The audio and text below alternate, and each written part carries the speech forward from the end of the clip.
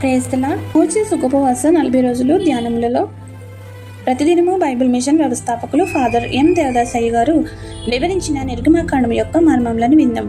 ఈ పాఠం వీడియోని క్రింద డిస్క్రిప్షన్లో లింక్తో ఇవ్వబడింది. దానిని నొక్కి చూడగలరు. ఇజ్రాయేలును దాసత్వం నుంచి విమోచించిన యెహోవా దేవుని యొక్క అద్భుతములు, వాగ్దానములు నెరవేరిన విధానములను విందాం. ఈ ధ్యానములలో ఈ రోజు 22వ రోజు కావున నిర్గమకాండం 22వ అధ్యాయం తప్పక చదవండి. ఆ విధంగా 40 అధ్యాయాలను పూర్తి చేయండి. అద్భుతమైన కార్యములను పొందండి. జూలై 22వ తేదీ 2026 వారం కొరకు ఏర్పాటు చేయబడిన ఈ రోజు దేవుని వాక్య వాగ్దానం సామెతల గ్రంథము 3వ అధ్యాయము 33వ వచనం. నీతిమంతుల నివాస స్థలమును ఆయన ఆశీర్వదించును. ఆమేన్. ప్రేమైన దేవుని జనాంగమా, దేవాలయమై ఆయన నివాస స్థలము. పరిశుద్ధ దేవాలయంలో ఆయన ఆరాధించి గణపరిచి స్తుతించి కీర్తించి దీవించబడి మరలా మన గృహములకు ఆనందభరితులమై ఆశీర్వాదాలు కుమ్మరించుకుని ప్రవేశిస్తాము.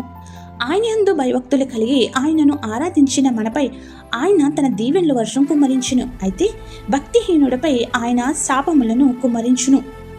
అవిధముగా కాక మనము ఆశీర్వాదములకు వారసులుగా ఆశీర్వాదం పొందిన వారముగా మరలా గృహమునకు చేరుకుని మమ్మల్ని నీ దేవాలయంలో అడుగు పెట్టుటకు మాకు అర్హత ఇచ్చి అనుమతించిన యేసయ్య స్తోత్రమనే కృతజ్ఞతాస్తుతులు చెల్లిస్తాము.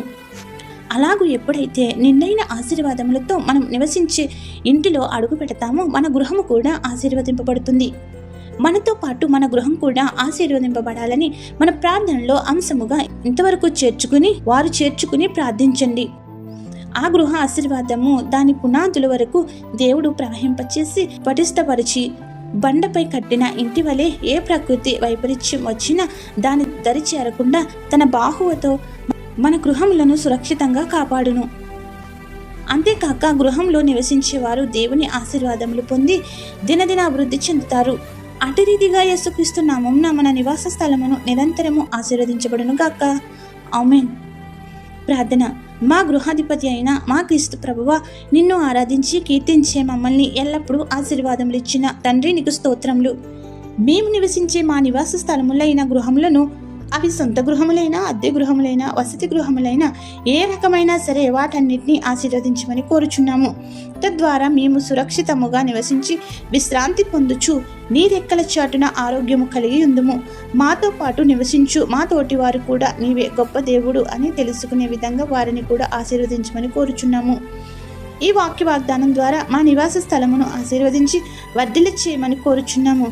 ఈ రోజు వివాహ దినోత్సవములు, జన్మదినోత్సవములు, ఇతర శుభకార్యములు చేసుకుంటున్న నీ బిడ్డలపై నిండుగా దీవెనల వర్షం కుమ్మరించుము. ఎవరైతే బాధలలో, శ్రమలలో, కష్టములలో, ఇబ్బందుల్లో, నష్టములలో, అప్పులలో, దుఃఖములో, అనారోగ్యములతో ఉన్నారో వారికి నీ ఆదరణ ఇచ్చి గొప్ప స్వాంతన చేకూర్చి ఆదుకునుము. ఈ ప్రార్థన వినిచిన ప్రతి నీ బిడ్డకు అన్నింటి విజయం ఇచ్చి సాక్షులుగా నిలవబెట్టుము. ఏ అంశం మరిచితమో విడిచితమో అవన్నీ నీకే సమర్పిస్తూ తండ్రి, కుమార, పరిశుద్ధాత్మ త్రియేక దేవుని నామమున నీ మహిమతో మాకు నివాస స్థలములు నిండుగా మెండుగా ఆశీర్వదింపబడును గాక. ఆమెన్. ఇట్లు దేవుని సువార్త పరిచర్యలో మీ సహోదరి. ఆమెన్.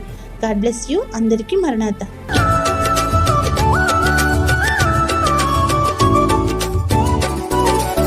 యెహోవాను గానము చేసెదము ఏకముగా, మనకు రక్షకుడాయని